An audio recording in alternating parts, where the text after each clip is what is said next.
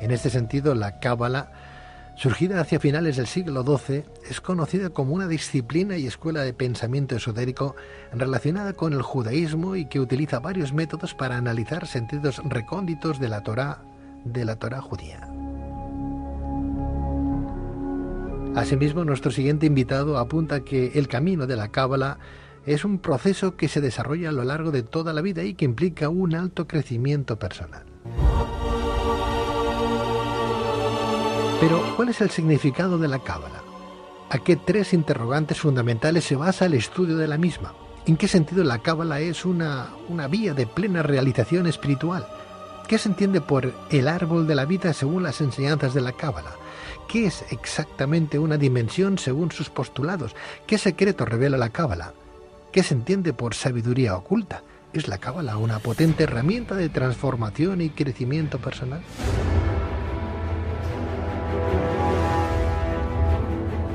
Esta noche, para responder a estas y otras cuestiones, tenemos con nosotros a don Mario Javier Sabán, doctor en Filosofía, doctor en Antropología, licenciado en Derecho, presidente de la Fundación Tarbut Sefarat para la difusión de la cultura judía, profesor de Cábala, escritor y autor, entre otros libros, de Sot 22, El Secreto, de Guione Impresades.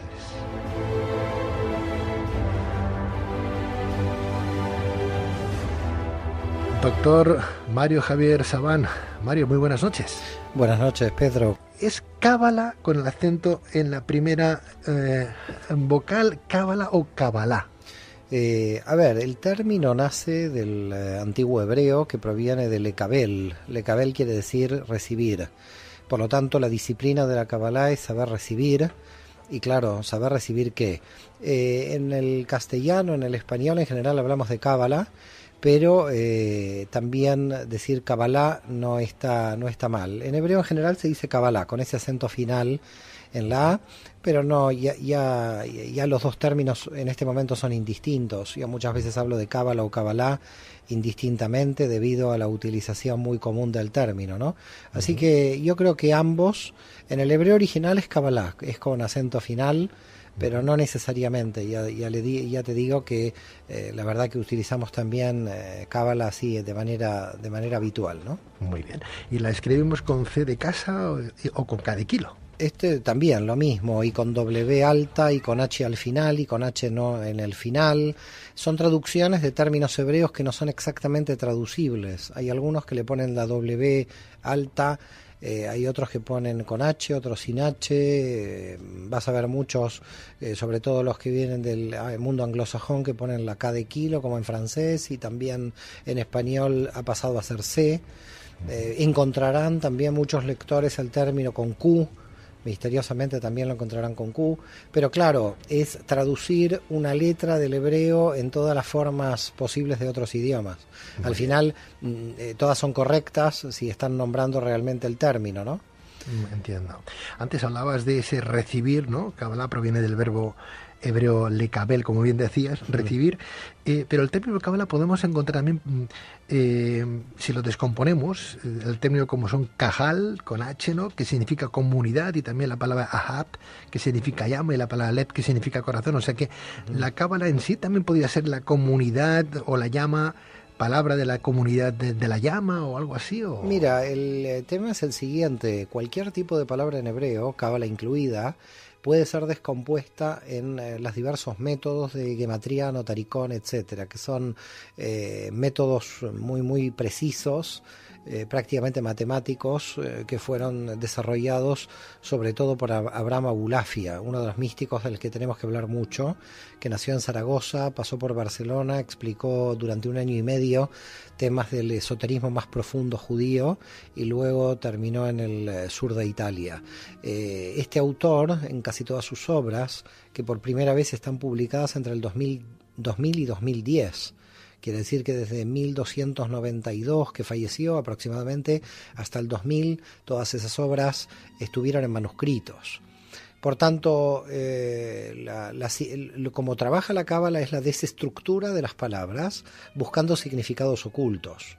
Por tanto, una palabra para la Cábala puede dar muchísima cantidad de significados. Puede dar el significado que tú has mencionado, como otros más que un cabalista en la descomposición de la palabra puede llegar a encontrar. Porque nosotros en la Cábala decimos que cada palabra en hebreo tiene un peso numérico que aunque uno rote las letras, no altera, digamos, el orden de los factores no altera el producto, ¿no? Como se dice en matemática. Y así funciona el hebreo, es decir, que cuando tú rotas las letras y mantienes las mismas letras, estamos hablando de que tú estás trabajando con el mismo tipo de energía. Por lo tanto, aunque rotes las letras, es el mismo tipo de energía. Pero bueno, estos son métodos ya un poquito más complicados. Lo que la Cábala, digamos, propone como objetivo central, y esto lo dice el gran cabalista Luzzatto en Venecia, que nació en 1707 y murió en 1747, Luzzatto dice: el hombre nació para ser feliz. A partir de aquí ya empezamos a trabajar, claro, porque hay tanta cantidad de gente infeliz. Aquí tenemos un trabajo fuerte. Claro, cuando tú logras que el hombre sea feliz por muchísima cantidad de conocimientos y métodos ancestrales que posee la Kabbalah, luego viene una segunda etapa, porque ahí no termina la cosa. Alguien puede ser feliz en el mundo inferior, como llamamos en la Kabbalah, pero tiene que encontrar la felicidad del mundo superior. Y la felicidad del mundo superior no es la felicidad que nosotros conocemos del mundo inferior. Es muy diferente. El mundo inferior, dice Abulafia, es un mundo finito, de deseos finitos. Es decir, deseas un auto, compras un auto y se terminó. Tu deseo ha muerto. Por lo tanto, todo en la materia tiene deseos finitos. El sexo, la materia, cualquier cosa de esta realidad. Y nosotros decimos que en la Cábala lo que el hombre tiene que buscar en esta existencia, cuando digo hombre hablo de ser humano, ¿no? Sí. Es el placer infinito, el placer permanente. Es decir, no es el placer porque llegó el sábado y domingo para descansar después del trabajo, a ver si queda claro, sino que es el placer que la persona tiene que encontrar, podríamos denominarlo en términos espirituales como el placer trascendente. El placer trascendente. El santo Zohar habla de la copulación permanente, lo habla en términos sexuales, es decir, habla en el siglo XIII, ya el libro del Zohar, de que la persona tiene que sentirse viviendo intensamente una excitación permanente. Y ahí entonces ha alcanzado el mundo superior. Entiendo. Bueno, pero, doctor Saban, Mario, hay gente que a lo mejor la vida para ellos es más básica, ¿no? Es básica. No digo que sean ni mejor ni peor, ni que sean más gente más ilustrada, sino que es gente más básica a todos los niveles. Entonces, que vive en ese mundo inferior, como tú bien dices, y ya les está bien. Es más, ni se plantean que pueda existir un mundo superior, ¿no? Por ese motivo, en la Cábala decimos, perdón la interrupción, sí, que cada uno debe ser respetado en su nivel. Es decir, la Cábala no es un proceso de evangelización donde yo me pongo en una esquina y trato de evangelizar para la Cábala a la gente. No. Cuando la persona está buscando, esta persona puede ingresar en la Cábala. Pero hay mucha gente feliz en el mundo inferior sin buscar. Y a esa gente hay que respetar. Esta gente alcanzó su felicidad en ese nivel. En el nivel en que se encuentra ya alcanzó su felicidad. El problema de los buscadores es que se sienten que no están satisfechos en su nivel y que necesitan subir de nivel, pero no estamos hablando de que si alguien sube de nivel es mejor o peor que quien ya se encuentra feliz en el nivel en que se encuentra. Es decir, quien se encuentra feliz en el nivel que se encuentra, es más, la Cábala dice que no hay que moverlo de su nivel. Es decir, si alguien está viendo el Barça y el Real Madrid con una cerveza al lado y es el hombre más feliz del mundo, no le empieces a hablar de espiritualidad a este hombre porque es el hombre más feliz del mundo. Si tú le empiezas a hablar de algo que todavía no está preparado porque no lo está buscando, está feliz en este nivel. Cuando la persona se vuelve buscadora, quiere decir que ya el nivel en que se encuentra no lo satisface. Y por lo tanto, entonces está buscando un nivel superior. Pero no por ser superior, deja de ser más o menos feliz que el que se encontraba en el nivel anterior. Acá no hay elitismo intelectual dentro de la Cábala, a pesar de la complejidad intelectual que tiene la Cábala, A pesar de la complejidad intelectual, el que busca se siente feliz con lo que encuentra, pero hay un camino, un recorrido en la búsqueda que no necesariamente es un recorrido satisfactorio, es de mucho dolor, porque en el medio de la búsqueda te encuentras con partes de sombra de ti mismo. Con lo cual, cuidado, que a los buscadores habría que advertirles, pero no para que se asusten, ¿no? Hay que advertirles que cuando uno crece paga un precio muy alto en los niveles de crecimiento. Bueno, yo creo entonces que los oyentes de este programa están en ese nivel de búsqueda, ¿no? Porque así lo manifestamos también. El programa en sí es un programa de búsqueda, de superación, de buscar valores, de saber de qué manera podemos crecer, tanto intelectualmente, espiritualmente.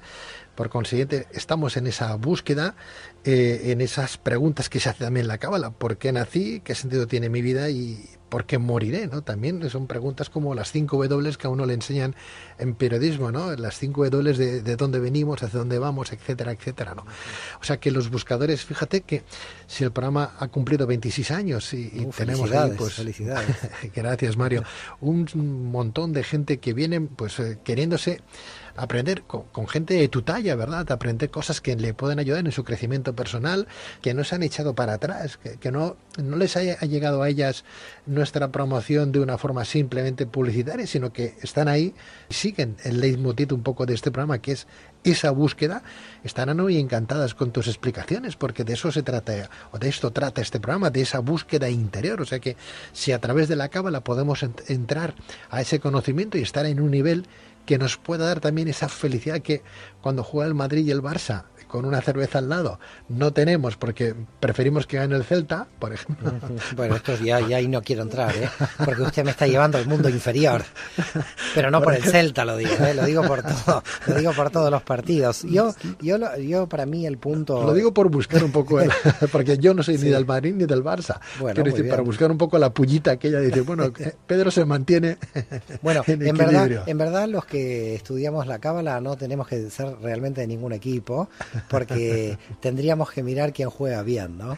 Esa sería la idea. Pero bueno, la Cábala, a mí me gustaría decir algo que es importante, porque si no el oyente se puede llegar a perder con tanta información, dando que la Cábala lo que tiene justamente es mucha información.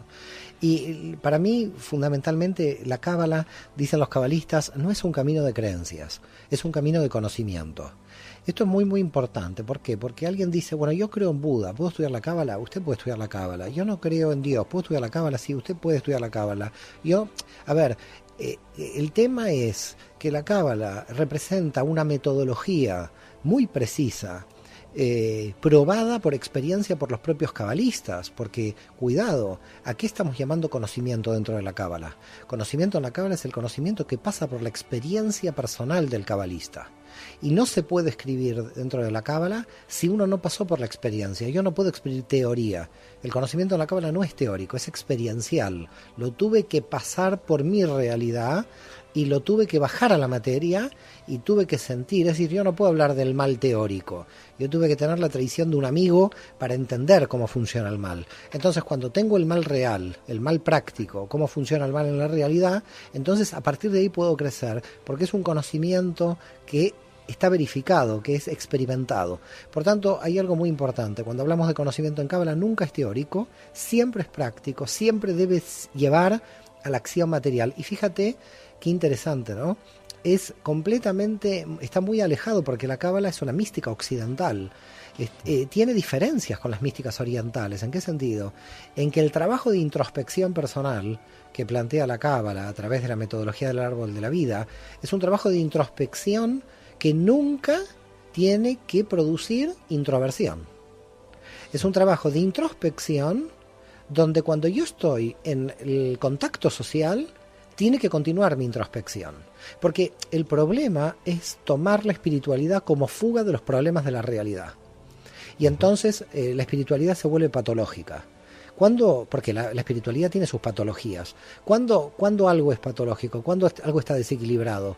Cuando está buscando en la espiritualidad una fuga de lo que no puede soportar en la materia. La Cábala, al contrario de esto, es una espiritualidad que tiende a la transformación de tu realidad mental, luego emocional y luego física en el orden de la materia, sin romper la estructura social, sin romper el compromiso de la interrelación con el otro. Y esto es mucho más difícil, porque mucho más fácil es irme 7 días a un detox ahí en la montaña y olvidarme, porque claro, en Montserrat somos todos buenos, pero ¿cómo ser bueno cuando te roban la plaza del parking en medio de Barcelona? Es decir, la Cábala lo que plantea no es una bondad ilusoria en términos del conocimiento teórico, sino que la Cábala lo que plantea es una bondad práctica en la acción de la materia. Porque si no la tienes en la acción de la materia, es un autoengaño los niveles de espiritualidad de fuga que estás haciendo. No sé si queda claro, Pedro, el análisis. Perfectamente. No obstante, creo yo que la cábala en sí también genera tendencias, porque sabemos que hay cábala judía o cábala hebrea, ¿verdad? Y otras cábalas como la española también, otras cábalas que no sé si es un sucedáneo de la cábala hebrea o de la cábala judía, no lo sé, pero hay otras cábalas. Entonces, si estamos hablando de que tiene una cierta relación con una comunidad, con un pueblo, con una cierta religión, si yo estudio la cábala judía o la cábala hebrea, por ejemplo, voy a tener más tendencia a dirigirme a la religión judío-cristiana, por ejemplo, que no a una cábala española. Mira, no existe una cábala española independiente de cábala judía. Siempre que se habla de cábala, siempre se habla de cábala judía.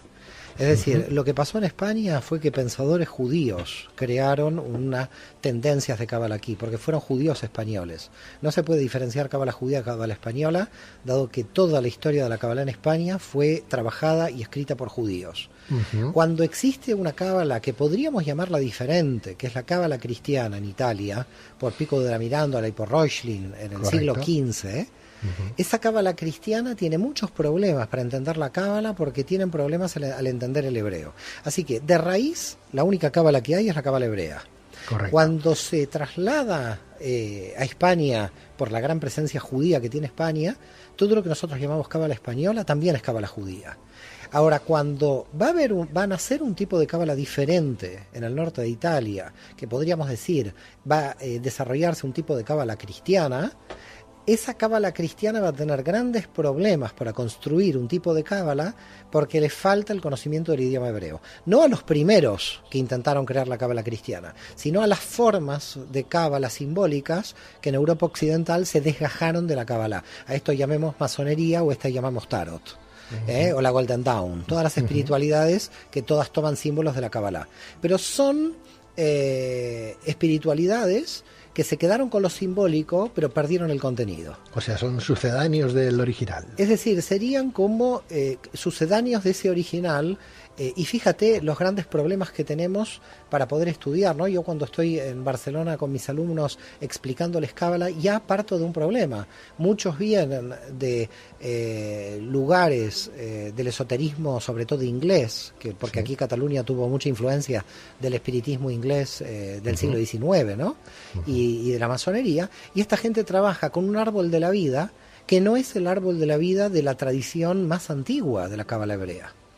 Por lo tanto, a lo que vamos es, ¿cuál es lo que podríamos llamar mi tendencia? Mi tendencia es estudiar desde las fuentes hebreas los conocimientos más profundos para no estudiar desde, llamarlos sucedáneos, tengo temor como a crear un prejuicio. Sí, pero es doliente, es un término doliente. A mí no me gustaría utilizar ese término.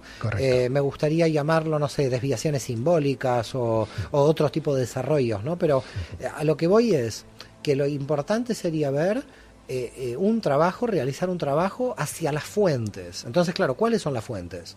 Las fuentes son el Zohar, el Sefer Yetzirah, el Sefer Abahir, las meditaciones de Abulafia. Estamos yendo al hebreo del siglo XIII. Ahora, la cábala, por tradición, ¿desde cuándo pudo haber empezado a existir dentro del pueblo de Israel? Porque, a ver, esto es así. La cábala es esencialmente judía, como el yoga es esencialmente proveniente de la India. Ahora, que yo haga yoga no me transforma en un budista. Yo puedo seguir siendo judío que hago yoga. Lo que está sucediendo hoy es que las espiritualidades religiosas se desconectan de las feligresías. Quiere decir que hay hoy un católico que hace yoga, pero el yoga no le está pidiendo que se transforme en un budista o en un hinduista, sino que él se puede mantener como católico. Yo puedo hacer yoga como judío, pero nadie me pide en el yoga que deje de ser judío. Lo mismo la cábala como metodología no pide que el cristiano deje de ser cristiano. Además, hay una especie de pez que se muerde la cola. En el cristianismo todavía el cristiano lo tiene mucho mejor. ¿Por qué? Porque si Jesús era judío y hay investigaciones en el siglo I y -1 de que los esenios en el Mar Muerto, en Qumran, Adolfo Reutemann, el director y curador de los rollos del Mar Muerto en Israel y en la Universidad Hebrea, está realizando una investigación donde está mostrando las conexiones de conceptos de la Kabbalah dentro de los rollos del Mar Muerto. Quiere decir que para la época de Jesús, la cábala ya estaba en desarrollo. Esto es algo muy importante. Quiere decir que, en verdad, la cábala es una tradición, inclusive 1 o 2 siglos anteriores a Jesús y contemporánea a él, donde el cristiano tendría una conexión cultural muy profunda con esto, porque nos vamos a las raíces del cristianismo. Con lo cual, hablar de cábala hebrea y cábala cristiana, en algún sentido, no tiene sentido. Porque la cábala hebrea está naciendo en un momento donde el cristianismo se está desarrollando. Con lo cual, claro, un cristiano, cuando está leyendo a Jesús en el Nuevo Testamento, está leyendo las enseñanzas de un judío. Por tanto, cuando una persona ya está estudiando las enseñanzas de un judío, cualquier tipo de cábala cristiana es nuevamente cábala judía, porque sus raíces están en el Nuevo Testamento. Por tanto, al final, lo que es la tradición esotérica más profunda de la mística occidental es judía. Sea vía cristianismo, sea vía el islam, pero es Mario, judía de raíz. No obstante, Mario, doctor Sabán, muy interesante lo que estás diciendo, pero claro, estamos hablando, la historia la han contado los vencedores, eso lo tenemos claro, y a día de hoy va saliendo otra historia que hasta hace poco era una historia alternativa y que ahora se está convirtiendo en una historia real, ¿no? O sea que aparte de la historia que cuentan los vencedores, también la historia de los vencidos también es historia y está ahí presente, y a veces no es que no se solape, es que a veces ni tan siquiera se conjuga con la verdadera historia que nos han contado. Entonces, si la cábala se sustenta en una experiencia personal y eso se transcribe a través de textos por los mismos escribas, ¿no? En este caso, los autores, ¿no? Que se están contando su experiencia personal. ¿Cómo saber yo que verdaderamente eso ocurrió tal y como lo cuenta aquella persona y no lo ha engrandado más de la cuenta, ¿no? Por aquello de la historia la cuentan los vencedores que no los vencidos, ¿no? Mire, esto es muy interesante. En principio aquí la cábala tiene una característica, porque no solamente es una historia de los vencidos, sino que es una historia de una minoría espiritual dentro de los vencidos. Es decir, vamos a tratar de explicar esto. Cuando Abraham Abulafia está explicando temas de cábala en Barcelona, en el año 1270, que, dicho sea de paso y entre paréntesis, influyó seguramente sobre Ramón Llull, y hay investigaciones sobre la influencia de la cábala en el Ars Magna y en Ramón Llull, y en la alquimia de Cataluña del siglo XIV. Independientemente de esto, cuando Abraham Abulafia está estudiando, ¿a quién le enseña aquí en Barcelona, en el CAL, en el barrio judío de Barcelona? Le enseña 4 alumnos. Y de esos 4 alumnos, Abulafia en su propia autobiografía dice, y de los 4 solo uno entendió. Claro, cuando decimos que la cábala es secreta, no es porque es un conocimiento secreto, porque yo me lo llevo a mi casa y me lo estoy guardando. La cábala es secreta por 2 motivos. En primer lugar, porque hasta hoy, en verdad, los que intentaron entender la complejidad siempre fueron una muy pequeña minoría que escribía manuscritos. Por lo tanto, hasta el siglo XX tenemos manuscritos, y todavía tenemos hoy, siglo XXI, manuscritos no revelados en textos antiguos de la cábala. Por tanto, con lo que nos encontramos es con un conocimiento, con una sabiduría muy profunda de maestro-alumno heredada durante siglos, que no es secreta porque no la quisieron contar, que es secreta porque el nivel intelectual de las generaciones del siglo XX hacia atrás no estaban preparadas para entender, por ejemplo, lo que Einstein va a decir, que no existe tiempo y espacio. Los cabalistas estaban hablando en el siglo XIII, para ya ir a temas de cábala profunda directamente, ¿no? Sí. Es decir, no estar hablando de la paja, sino ir directamente al fondo. Los cabalistas están hablando en el siglo XIII del concepto de que la mente puede pensar en términos de eternidad. Si la mente puede pensar en términos de eternidad, nuestro pensamiento no está basado en el espacio-tiempo. Por lo tanto, se están adelantando a la física cuántica, los cabalistas en el siglo XII y en el siglo XIII, cuando están hablando básicamente de que la realidad puede ser pensada en términos de eternidad. Esto en hebreo se llama el universo de Atzilut, el universo de la emanación, donde todavía no está creado el universo. Es decir, que los cabalistas se van hacia atrás de la creación divina, intentando entender las dimensiones energéticas operativas dentro del infinito de Dios. Cuidado con lo que estamos hablando. Claro, ¿quién entendía esto en el siglo XIII si hoy nos está costando entenderlo a nosotros? Entonces, claro, es secreta no porque alguien se la guardó, es secreta por la incomprensión de los niveles de conocimiento al que han alcanzado estos cabalistas. Esto en primer lugar. En segundo lugar, la cuestión de la experiencia personal. Claro, la cuestión de la experiencia personal es cómo verificar la experiencia personal, porque si el señor Pedro Riva a mí me dice que vio a Jesús ayer a la noche, yo la verdad que no tengo forma de tratar de evaluar, porque desde la mecánica newtoniana nosotros decimos tenemos que probarlo, ¿ok? Entonces, claro, ¿yo cómo lo tengo que probar? A ver, Jaime Vital tiene un libro en el siglo XVI, fines del XVI, que es el libro de las reencarnaciones. Se llama en hebreo Gilgul Neshamot, la rotación de las almas. Y él explica, con lujo de detalles en hebreo, una obra de 300 páginas, cómo el alma encarna, cómo reencarna la memoria, la no memoria. Es fascinante. Ahora, ¿por qué motivo? Porque el grupo místico de Safed en el siglo XVI entendía que la regresión del alma hacia la identidad del alma era un concepto que ellos lo trabajaban personalmente y que además lo debatían dentro del grupo. Entonces, claro, desde el punto de vista de la experiencia personal, alguien hoy viene y me dice, mire, he tenido una regresión. Yo, desde el punto de vista de la literatura de la Kabbalah, esto está dentro del marco de la Kabbalah. Yo te diría, Pedro, con la confianza que ya me has producido con esta entrevista, es que la Kabbalah hace algo muy interesante.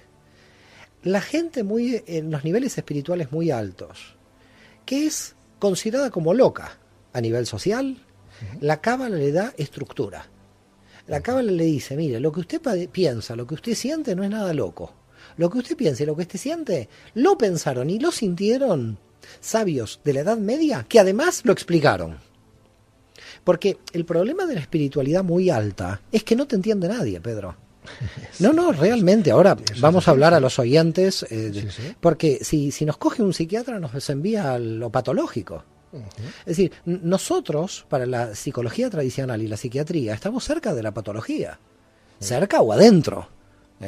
Pero desde el punto de vista de los niveles de explicación que llegaron a tener los cabalistas, entendieron partes de la realidad. Imagínate Einstein explicando el tiempo y el espacio. Podría ser considerado un loco, porque ¿dónde está el tiempo? Toquemos el tiempo. ¿Dónde está el espacio? Toquemos el espacio. La física cuántica trabajaría como una locura, habría que enviar los físicos cuánticos al manicomio. Por lo tanto, a lo que vamos es, la gente muy espiritual tiene para mí un problema, que para mí también la Kabbalah lo resuelve, dado que a mí particularmente, por lo menos a mí ha funcionado, y veo que en muchos alumnos funciona. ¿Cuál es? De que los niveles espirituales, no conceptualizables, porque los niveles espirituales muy altos no los podemos llevar al concepto, dado que son simbólicos. Entonces tenemos un gran problema, porque ¿cómo bajamos los símbolos a la estructura conceptual?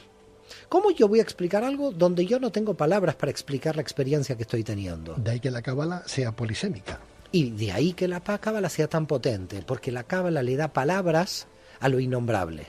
Claro, no puede dar palabra al infinito innombrable, porque ahí sí, no hay concepto. Dado que ese innombrable, perdona Mario, ese innombrable es Dios.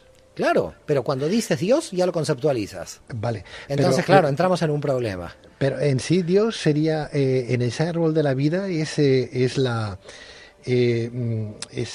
último camino para llegar, ¿no?, a ese Sefirot, ¿no? En verdad Dios en el árbol de la vida no está. Dios está, no, tampoco es Keter. Esto que tú me estás diciendo fue un debate en el siglo XI. Los cabalistas de Gerona piensan como tú, que Keter es el Ein Sof, dado de que nosotros no podemos percibir el nivel de Keter. Pero para otros cabalistas, Keter es Keter y todavía no es el infinito. Dado que aunque nosotros no lo podamos percibir, no quiere decir que no exista en su limitación. A ver, una cosa es lo que yo veo ilimitado por mis limitaciones, y otra cosa es lo que es limitado y yo lo veo ilimitado. Pero lo veo ilimitado dado mi pequeñez. Pero a mi modo de ver el infinito se va más allá del árbol. Es cuando ya no hay árbol. Fíjate, en la mística cristiana, creo que lo dijo, no es San Juan de la Cruz, que dijo, cuando ya los caminos se terminaron, uno mismo es el camino. Es decir, el árbol se tiene que estudiar y trabajar para encontrar uno su camino. Pero cuando uno ya lo encontró, El árbol dejó de ser operativo. Ya no tiene sentido, porque si yo tengo un mapa, Barcelona-Tarragona, y hoy ya llegué a Tarragona, ahí ya no me sirve más el mapa. Porque el mapa era para llegar. En otros tiempos eso sería herejía. Toda la mística es herejía. Ya. Cuidado. Pero en otros tiempos aún más. No, claro, a ver. En el momento en que todo místico dice que todos tenemos camino para llegar a Dios, estás rompiendo la fragmentación de las religiones. Y por lo tanto la mística es herejía. Mira, un gran cabalista de Israel, del rabino Kook, el gran Kook, el primero, porque ahora tenemos al nieto, pero el primero era como una potencia espiritual, murió en 1935. Dijo, cuando yo defino una palabra y creo que esa palabra tiene verdad, y yo estoy haciendo idolatría. Por lo tanto, toda palabra es idolátrica en esencia. Ya es una herejía, porque nos estamos definiendo en el mundo de las limitaciones. Bueno, yo no sé si la gente va a estar aburrida y ya estará durmiendo con todo lo que estamos diciendo, es muy porque esto, lo que claro, son conceptos que hay que estudiarlos con mucho tiempo, ¿no? Yo lo estoy un poco poniendo así tan rápidamente al aire. Lo estás haciendo francamente. Perdóname una cosa, Mario. Vamos a ver, uno puede estudiar Kabbalah y puede tener una confesión, la que sea. Puede ser budista, hinduista, cristiano, católico, musulmán, es igual, porque no tiene nada que ver, tal y como creo haberte entendido, ¿verdad? Así es. Pero ¿cómo se entiende que la Cábala salga desde una corriente como es la judía? Porque aunque hablemos del innombrable, estamos hablando de Dios, ¿verdad? O sea, si la Cábala fuera creada por alguien que es una apóstata, por ejemplo, o alguien que no cree en nada, que no tiene un referente como un Dios, o alguien que le supera, o que no estuviera dentro de una tradición, lo entendería, pero es que suena a que la Cábala busca un fundamento, pero dentro de otro fundamento que es la religión judío-cristiana, ¿no? Ahí hay un problema y te voy a decir por qué. Dime. Porque la Cábala no se desarrolló en las jerarquías ni el establishment. Mira lo que pasó con Abulafia. Abulafia, cuando propone todo esto, meditación del nombre divino, etcétera, etcétera, el rabino de Barcelona de aquella época, Shlomo Ben Adret, lo declaró loco. El cabalista Luzzatto en Venecia fue excomulgado. Todos los que trabajaron la cábala dentro del mundo judío no fueron muy bien recibidos dentro del propio mundo judío. Es decir que, a ver si queda claro, la cábala es la visión mística y espiritual más potente y subterránea, digamos, del mundo judío, y no es la letra. Fíjate que San Pablo, otro gran judío de la historia, decía, la letra mata, el espíritu vivifica. Cuando las religiones se quedan en el texto, cuando se quedan en la letra y no profundizan, ya tiene problemas, porque además la religión siempre está estructurada como una relación de poder. La religión es poder, es control de la feligresía. Y la espiritualidad es libertad. Y el místico no se encuentra atado. Es decir, cualquier religión te dice que si tú no estás dentro de ella, monopoliza tu acceso a la divinidad, monopoliza tu acceso a Dios. En cambio, el místico está diciendo que sea quien seas, inclusive si no tienes ninguna religión, el camino a Dios es directo, porque es el camino de tu superación personal. Fíjate que lo que está planteando Abulafia con sus técnicas de meditación en los nombres divinos en el siglo XIII es un acceso del alma a Dios directamente. Bueno, y siempre y cuando creas en Dios, en la existencia de algo que nos supera. Pero si no crees, cuidado, pero si no crees, en verdad conoces las consecuencias, porque creer es una especie de absurdo, y es más, yo pienso que me estoy equivocando en decir creer. ¿Por qué motivo? Porque en verdad el conocimiento del infinito para nosotros es imposible, dadas nuestras limitaciones. Esto es imposible. Quiere decir que la cábala parte de un tema. A Dios no los podemos conocer de ninguna manera. Ahora, ¿qué podemos conocer? Nosotros podemos conocer el universo creado. Y si yo voy conociendo el universo creado y me voy conociendo a mí, voy acercándome al infinito, acercamiento al que no llego nunca, con lo cual la budeidad, para llamarlo de alguna manera, o el nirvana, en la cábala no existe, porque no alcanzamos la totalidad nunca. Y si nos unimos o nos aproximamos a esa energía infinita, lo que estamos haciendo es una aproximación y nunca una fusión. Por lo tanto, si alguien en la cábala viene a buscar el nirvana, lamento decirle que no venga, porque no hay nirvana. Lo que sí va a encontrar es la sensación de acercamiento a la totalidad. Ese término en hebreo se denomina devekut. ¿Qué es la devekut? La devekut es cuando el alma llega a una comprensión tan alta de esta realidad. Ahora me olvido de Dios, ¿eh? Sí. A una comprensión tan alta de esta realidad que se siente fusionada con el todo, con el peligro, dicen los cabalistas, de que ya ve relativo su cuerpo y el alma quiere irse del cuerpo. Entonces, por ese motivo, en las grandes meditaciones de los cabalistas se dice que uno tiene que prometer que cuando antes de comenzar una meditación, el alma tiene que regresar al cuerpo. Porque si no lo promete, el alma tiene la tendencia a volver a su origen, que es a la energía del infinito. Por lo tanto, nosotros en la Cábala, ¿qué trabajamos? La máxima aproximación a la luz, pero que no nos ciegue la luz.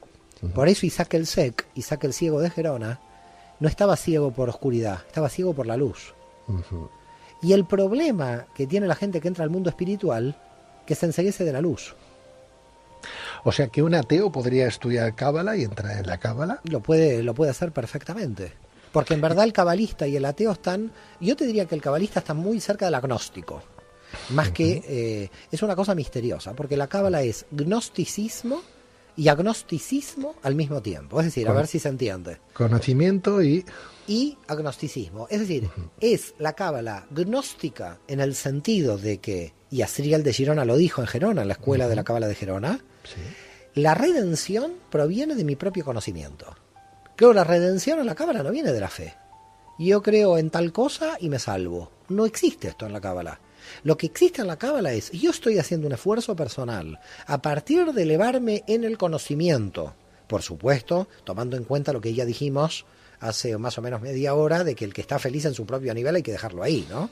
Vuelvo a reiterarlo esto. Pero ya estamos hablando del buscador. El buscador que quiere elevarse y que quiere, lo está haciendo porque el que llega no es el inteligente, es el que se lo merece. Ahora, ¿quién se lo merece? El que está haciendo el esfuerzo. Por lo tanto, el inteligente que no hace el esfuerzo, ya está feliz donde está. Perfecto. Ahora, el que no es necesariamente inteligente, pero está haciendo el esfuerzo, este va a recibir luz. Ahora, va a recibir luz ¿por qué? Porque se la merece, porque está preparado. Y por eso los grandes cabalistas dicen, como Nachman de Bratslav, todos mis libros son introducciones. Porque en la existencia son todos preparativos. No hay un objetivo final. Y el problema del mundo inferior es entender la espiritualidad como un punto final. Por eso no hay nirvana. Y por eso Keter no se alcanza nunca en el árbol de la vida. Porque en verdad es la ilusión de haber alcanzado algo. ¿Qué alcanzas en esta realidad? Eres periodista, ya eres periodista. Compras un auto, compraste un auto. Todo lo que alcances en esta realidad no te va a satisfacer. Porque en verdad la máxima felicidad que hay que alcanzar es la que dice el cabalista del Yemen, Shalom Sharabi, ahí por el 1750 cuando dijo, el proceso, el que está en el camino, y es feliz por estar en el camino. Es decir, el propio camino tiene que crear la felicidad al buscador. Porque el buscador se va a dar cuenta que los niveles de felicidad siempre están adelante. Siempre están en la luz que puede recibir. Con lo cual, si una persona cree en el título social o en la medalla, gané la copa de golf, ¿cuánto le dura esto? ¿Una hora de alegría? ¿Se va a cenar con la mujer? ¿Se va a festejar? Se terminó. A las 2 horas se terminó. Por lo tanto, los premios en la materia fracasan siempre en el fondo. Hay que concebir que la felicidad es el propio camino. No es que si no, que conseguimos. Es que si no, sabes cuál es el problema cuando te venden la felicidad del orden inferior, que eres un infeliz permanente. Claro, hoy tienes el coche, pero mañana te buscas otro que es mejor y es más grande, y cuando lo tienes quieres otro mejor y más grande, y así. Mira, este tema infelicidad. Este tema está en el libro del Eclesiastés, cuando ahí dice claramente el autor, vaya a saber en qué siglo, algunos lo sitúan en el 4, en el 5, otros todavía antes de Cristo, estamos hablando. Dice, he tenido 100 mujeres, he tenido 100 caballos, he tenido todos los campos, y ahora en qué me veo, en que no sé quién soy. Es un drama. Es decir, ¿cuál es el drama? El drama es que el siglo XX ha confiado en la materia. Yo no digo que la materia no es importante, no digo que hay que ir a comprar el pan, hay que vivir en la materia, la cábala trabaja la materia. Pero si la materia no tiene una función más elevada, no tiene función. Porque la función de la materia es siempre una función más elevada. No tiene una función por sí misma. Y este es el drama en que nos encontramos, que la gente nos hemos avanzado tecnológicamente en la materia, nos hemos ahorrado muchísima cantidad de tiempo en la civilización occidental, porque tenemos lo que va a lavar la ropa, lo que seca la ropa, y todo ese tiempo ahora ocioso, no sabemos para qué. No sabemos para qué hemos ahorrado el tiempo. Para deprimirnos. Es decir, es como gracioso. El mundo inferior no resuelve porque son deseos inferiores.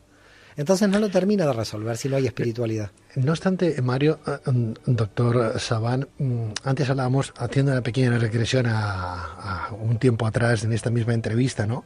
Por eso de Amenábar, de la película que tenemos ahora en cartelera, que no tiene nada que ver con la regresión en sí, de lo que como conocemos como regresión, ¿no? Pero a las tres preguntas que se hace la Cábala, ¿por qué nací? ¿Qué sentido tiene mi vida? ¿Por qué moriré?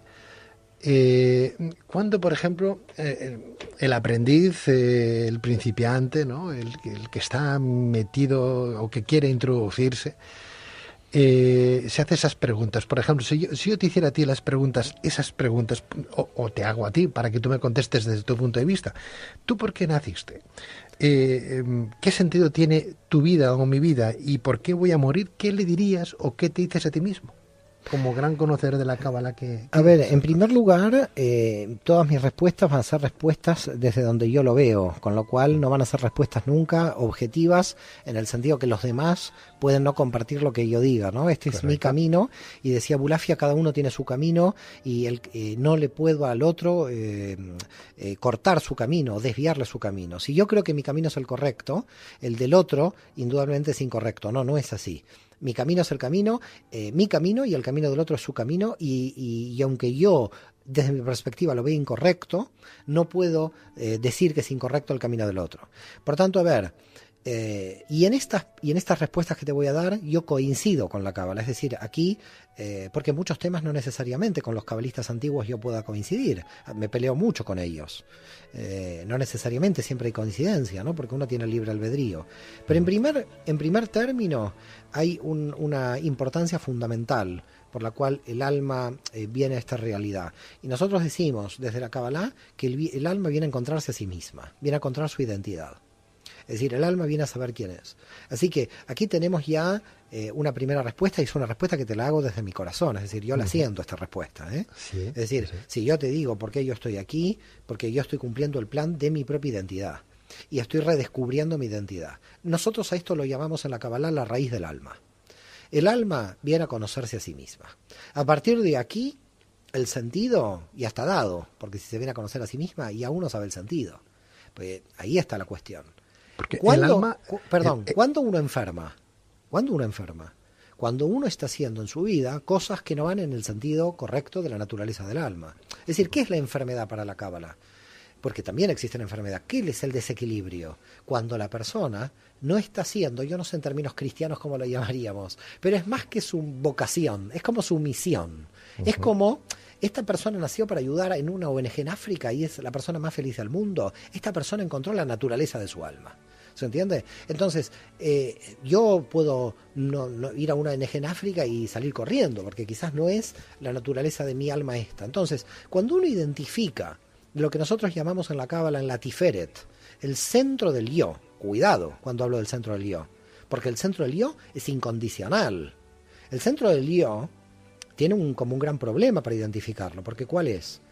Sacarme todos los condicionantes sociales. Porque ¿dónde se pierde el alma? El alma se pierde en los condicionantes de la sociedad, en el deber ser. Es decir, el alma se pierde cuando realmente no está trabajando en función de lo que realmente sienta en su interior. Mario, perdona, pero ¿el alma qué es? Imagínate que a mí me lleva 1 hora de clase explicarte esto. ¿Cómo hago ahora? Intenta me has puesto resumírmelo en 3 palabras. La verdad que Pedro me tiene ya aquí me siento como digamos, me encantaría darte toda la hora, pero es que ¿cómo voy a resumir? El problema del alma es que nosotros tenemos 5 niveles del alma. Entonces, claro, si no se explica cada nivel qué es el alma, no se entiende. Ya te entiendo. A ver, el alma es el cuerpo y no solo el cuerpo, sí. El nivel emocional y no solo las emociones, el nivel intelectual y no solo el intelecto, Sí. Una conciencia superior más allá de la materia y un contacto con el infinito más allá de esa supraconciencia, más allá de la materia. Nosotros en la Cábala hablamos de 5 niveles. El alma animal, que es mi cuerpo, el alma emocional, mis emociones, el alma intelectual, y estos 3 niveles del alma están dentro de la estructura física de lo que nosotros vemos en una persona, y luego viene un alma de orden superior, que para otras tradiciones es el áurea, sí. Que mide unos 1,5 metros, 2 metros de energía fuera, digamos, del componente corporal. Sí. Por eso si yo me acerco mucho a una persona puedo llegar a sentir lo que siente o a pensar lo que piensa, porque se están uniendo como densidades de energía, ¿no? Y un nivel de alma no imposible de identificar en el orden del mundo inferior donde conceptualmente trabajamos, que es la unión con la divinidad, la unión con el infinito. Pero ahí ya no entramos en ese 5.º nivel. Gracias, porque has resumido perfectamente en 3 minutos lo que tú vienes a explicar en 1 hora. Sí, pero te digo que estoy haciendo cosas muy mal. Estoy bueno, haciendo no te cosas preocupes. Mal. Me siento mal con esta respuesta. Lo estás haciendo muy bien. No obstante, cuando uno nace con alma o sin alma. Tenemos un tema, primero, por supuesto, nace con alma, pero tenemos una cuestión con el alma muy interesante. Los cabalistas dicen, el alma no quiere venir a este mundo físico y el alma no se quiere ir de este mundo. Es decir, los cabalistas dicen, el alma no quiere nacer, no quiere venir a este mundo. ¿Por qué? Porque ya lo conoce, ya sabe las enfermedades, ya sabe la muerte, ya sabe la suegra, quién es, ya sabe todo lo que pasa aquí, en esta realidad. Con respecto a las suegras, ¿no? También hay suegros, así que cuidado. A las suegras y a los suegros, claro. Por eso. Pero digamos, el alma, dice la Kabbalah, no quiere venir a este mundo. Y se la obliga a venir. Se la obliga a venir. Y fíjate que luego el alma no se quiere ir, porque claro, ya me gustó el chocolate amargo, ya la paso bien, ya me gusta esta vida. Y claro, yo después no me quiero morir. El alma no se quiere ir. Por lo tanto, hay 2 cosas importantes. Ni la vida ni la muerte las puede decidir el alma. Lo que sí sucede en la cábala más oculta es que el alma puede decidir la familia en la que viene. Esto es algo muy misterioso y de los cabalistas más ocultos. Y es muy difícil de explicar en un primer encuentro. Esto sí, si me metes ahí, te digo que es difícil de explicar, pero yo lo entiendo, pero es difícil de explicar. Pero yo nunca he entendido ese postulado, nunca lo he entendido, que el alma elige a sus padres. Yo lo entiendo como un niño de Etiopía que se va a morir de hambre, ¿verdad? Sabiendo que si elige a sus padres va a ir ahí, elige ir ahí. No, nunca lo he entendido. Muy difícil, muy difícil. El alma tiene que cumplir una función y el alma cuando está eligiendo un destino y está eligiendo toda una... yo entiendo que no lo entiendas porque por eso estamos entrando en cábala muy oculta y muy difícil, pero se puede llegar a entender. Nos es muy difícil a nosotros entenderlos, dado que en Occidente operamos mucho con la racionalización. ¿Es inmortal el alma, Mario? El alma no es inmortal, es inmortal dentro del universo, pero el universo empieza y acaba y termina. Isaac Abravanel decía que así como Dios creó el punto del universo, nosotros lo llamamos Tzimtzum dentro de la Cábala, que en verdad es como el Big Bang prácticamente, ¿no? Como la teoría del Big Bang, el Tzimtzum, Dios puede, el infinito puede volverlo a cero. Quiere decir que todo lo que estamos viviendo es un sueño. Porque es posible que esto haya nacido en un punto y va a desaparecer en otro punto. Esto puede volver todo a cero. O sea que según este criterio, un alma puede haber tenido muchos cuerpos. Por supuesto, claro. La misma alma. Sí. Muchos cuerpos. Es que los cuerpos no tienen mucho sentido. Lo que tiene sentido es el alma. Correcto. Entonces, el alma podría estar en ese archivo acásico que dicen los esoteristas, ¿no? Es que cuando hablas de archivo acásico estás hablando de Sefirot, que son los bancos de información en el universo. Esto lo habla la Cábala. Ahora hablaremos. Los registros acásicos provienen de las Sefirot hebreas. Pues ahora hablaremos de esos Sefirot. Otra cosa que no entiendo, y a lo mejor me lo podrías responder, Mario. Hablamos de un alma que, según la Cábala, elige a sus padres con todas sus consecuencias. Elige nacer y tener un cáncer. Elige nacer en Etiopía y morirse de hambre el crío en los brazos de su mamá. Elige 1000 cosas, ¿no? Cosas que no se acaban de entender a las luces de la razón. Como el alma, que en principio nos ha dado alguien más divino que nosotros, ¿verdad? Que está ahí por algún motivo. elige ese tipo de padres, A ver. o elige nacer en ese momento. No, no, y con eso. te explico. La formulación de la pregunta... Déjame que voy a sí, la pregunta. pero cuidado, hay que tener cuidado con la formulación de la pregunta, ¿eh? Pero dime. Si el alma elige a los padres, por ejemplo, y tiene tanta sabiduría porque ha estado en varios cuerpos durante su vida, y su vida es casi inmortal, al menos desde un plano de vista terrenal, que es el que conocemos, de forma más directa, cuando se habla de reencarnación, ¿no? Por ejemplo, desde un punto de vista búdico, ¿no? O resurrección, que más o menos sería lo mismo, pero desde otro plano, ¿no? Pero bueno, desde el punto de vista búdico, ¿no? Reencarnación. Caramba, si nos reencarnamos, si ese alma se reencarna con toda su experiencia de aquel hombre recién fallecido en otra persona, pero con la sabiduría de la anterior, etcétera, ¿por qué no nacemos con esa experiencia tan extraordinaria para no cometer los mismos actos que habíamos cometido en una vida anterior? ¿Por qué no nos acordamos de las otras realidades que ya vivió ese alma que hoy disfrutamos? La información del alma existe dentro del alma, es decir, el alma trabajando mucho en esta realidad la puede extraer, pero el problema es que no nace para poder nosotros tener una experiencia material en esta vida medianamente normal. La mente enloquecería si recordaría las informaciones anteriores, no las podría gestionar, no las podría administrar. Que yo tuve una mujer en una vida anterior, sería fatal para mí tenerlo a niveles conscientes. Por lo tanto, lo que dice la Kabbalah es que se le borra al alma en cuanto entra al cuerpo la memoria anterior. Y se le borra para que pueda tener su propia experiencia en esta vida. Con lo cual sería traumático en vez de beneficioso acumular esa información en el nivel consciente. Por eso en la Kabbalah hay 3 niveles. Un nivel que es Binah de Binah, la conciencia tipo freudiana. La Jochma de la Binah, que es la sabiduría dentro de la inteligencia, que sería el inconsciente freudiano, pero que tenemos un problema con el inconsciente freudiano en la Cábala, porque Freud partió de que la conciencia reprime las partes que no le gustan. Nosotros estamos hablando de otra cosa cuando hablamos del secreto en términos de Kabbalah. Estamos hablando de un nivel de secreto mucho más profundo que el nivel del inconsciente, porque en verdad el inconsciente freudiano es conciencia para la Kabbalah. A ver si se entiende el concepto. Cuando tú estás hablando de la conciencia y el inconsciente es lo que yo reprimo de lo que a mí no me gusta. ¿Me sigues?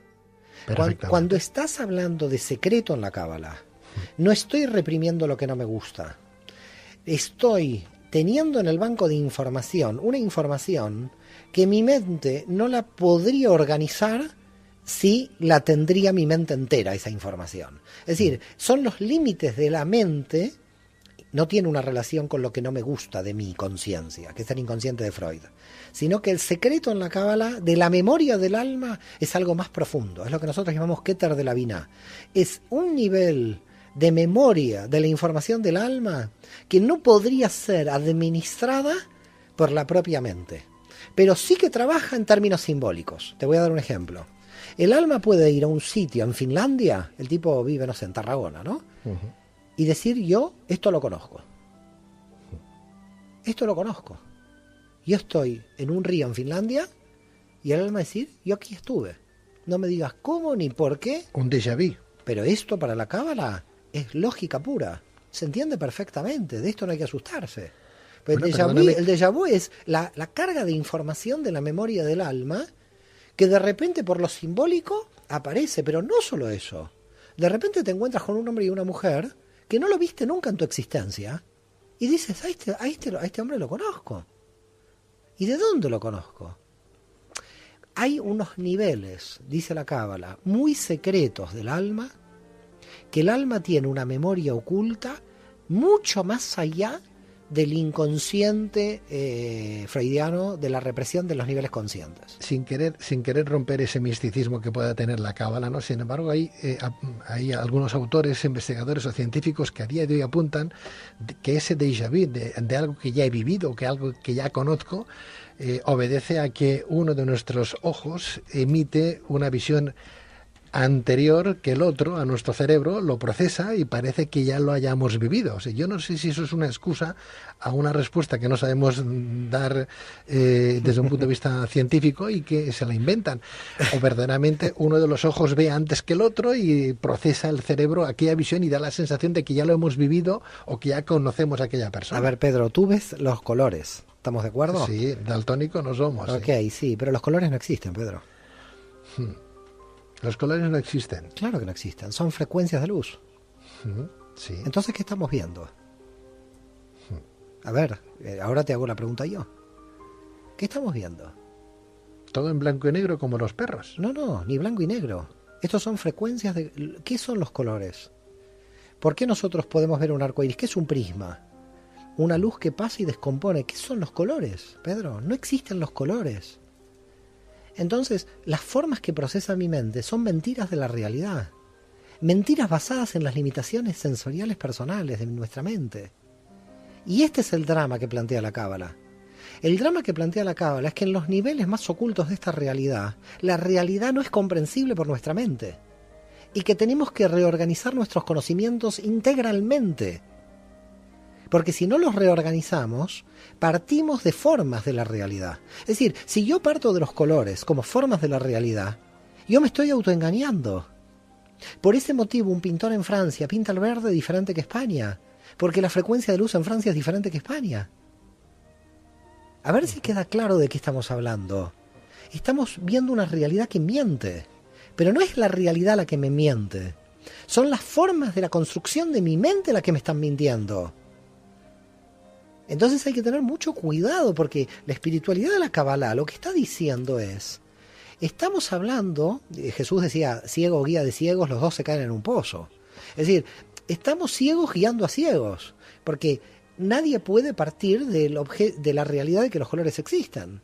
En el momento en que tú partes de esta realidad, ya das por hecho una realidad que te miente. No sé si captas el problema profundo que tiene el conocimiento de la Cábala. Y esto es lo que estudiamos nosotros. Nosotros estudiamos que las frecuencias de colores son diversos niveles de la misma energía. Pero es la misma energía, porque es la misma luz que decodifica los colores. Además, otra pregunta, Pedro. Los colores que vemos son la decodificación de las limitaciones mentales. ¿Cuántos otros no colores de otro tipo de frecuencias no vemos? Sí, sí.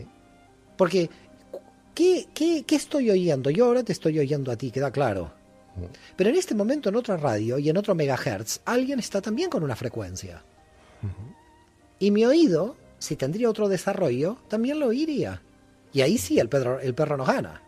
Porque fíjate lo que pasa en San Juan, cuando los perros salen corriendo, porque los niveles de audición del perro son superiores a los nuestros y pueden quedar sordos. ¿Quiere decir que porque el sonido no existe, porque yo no lo escucho, no existe? Lo que la Cábala está diciendo aquí es algo muy fuerte. Hay un nivel de energías que nuestros niveles de limitaciones no captan, pero es un problema nuestro que no lo capte.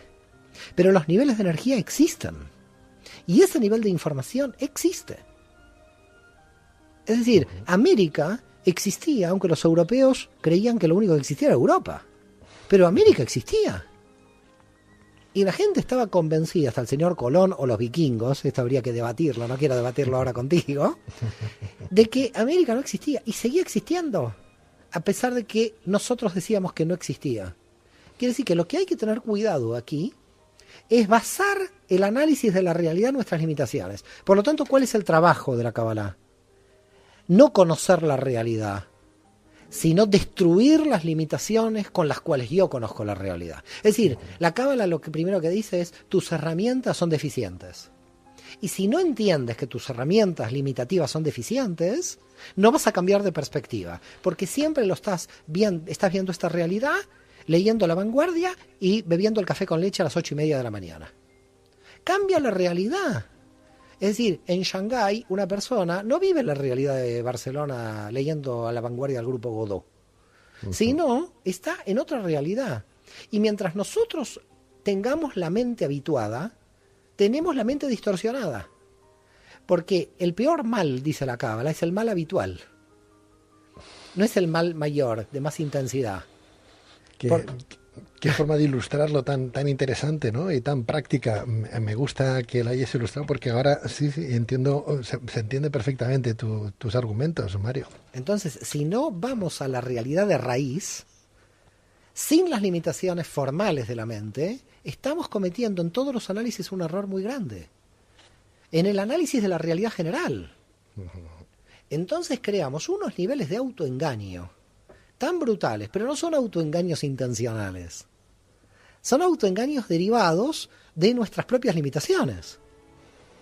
Bueno, Pedro, no sé, yo pobre gente, los que están del otro lado, yo creo que estarán todos... Estamos disfrutando. Yo no sé si disfrutando o durmiendo. Yo creo que la gente, la gente debe estar ahí. Yo espero que nadie tome una decisión alocada esta noche después de escuchar esto, ¿no? A mí no me gustaría acabar esta entrevista sin que me hablaras de esos senderos, ¿no? No profundizando en los 32 senderos que tiene la Cábala, el árbol de la vida, ¿no? Sino un poco qué son exactamente los 32 senderos, qué son esas 10 dimensiones y esos 22 canales que conectan a las 10 dimensiones. Bueno, Pedro, a ver, yo creo que tú crees en los milagros, en el sentido de que explicarte 2.500 años de tradición vamos a hacer una cosa. Es de locos, pero a ver, yo te puedo decir algo que la gente no lo va a entender, por lo tanto, porque como hay que explicarlo en una forma un poco más detallada, ¿entiendes? Claro. Lo hacemos otro día. Lo hacemos otro día, Mario, sí, es verdad, tienes toda la razón del mundo. Mira, vamos a quedar otro día para hablar exactamente del árbol de la vida. Hablaremos de esos 32 senderos que serían esas 10 dimensiones más los 22 canales que configuran ese árbol. Bueno, que el árbol de la vida no es otro que la misma Torá, ¿no? De la que se nos dice es un árbol de vida para los que se abrazan a ella. Opa, qué conocimiento bíblico tienes tú, ¿eh? Bueno, pues... Cuidado, hombre, no sabía con quién estaba. Ahora entiendo por qué te pusieron Pedro. Porque somos muy duros de pelar. No, por favor, piedra, la piedra. Sobre esta piedra edificó tu iglesia, ¿no? Porque era duro. Bueno, era tan duro que ya sabemos cómo acabó el pobre. Bueno, pero lo tenemos arriba, gracias a Dios. Como esto acá, siempre tenemos que portarnos bien para que nos abra luego la puertecita que hay de acá allá arriba. Bueno, Mario, yo te invito, por favor, y te rogaría que aceptaras mi invitación a que en otro momento sigamos hablando de la Cábala, de esos senderos, de ese árbol de la vida y de lo que para la Cábala en sí es, pues no sé, el Biznat o el entendimiento, la misericordia, dónde podemos llegar a encontrar esos sefirot dentro de nuestra alma, como dirían los alquimistas, dónde está el atanor nuestro, ¿no? Cómo podemos transformar el plomo en oro, cómo puede transformar el ser humano de sus apegos, de sus egos, de sus mentiras en virtudes, ¿no? Sé que me gustaría, y sé que a través de la Cábala, a través de tus explicaciones, conoceremos más la Cábala, la Torá, y conoceremos más ese conocimiento que nos va a todos perfecto. ¿Te parece bien entonces? Me gusta mucho tu idea, te agradezco de todo corazón. Si Dios quiere, bueno, habrá muchísima cantidad de oportunidades. Agradezco a la gente que nos ha oído también y muchas felicitaciones por tantos años del trabajo espiritual con tus programas y con tu vida, más allá de los programas. Así que mis felicitaciones y mi admiración a tu trabajo. Igualmente, querido Mario. Bueno, pues la próxima vez hablaremos, espero que los compañeros de producción ya queden contigo para ver cuándo lo podemos hacer, que a ti también te vaya bien, que tienes una agenda muy ocupada, y a ver si en qué momento podemos continuar hablando con Mario Javier Sabán, doctor en filosofía, doctor en antropología, licenciado en Derecho, presidente de la Fundación Tarbut Sefarat para la difusión de la cultura judía y profesor de Cábala.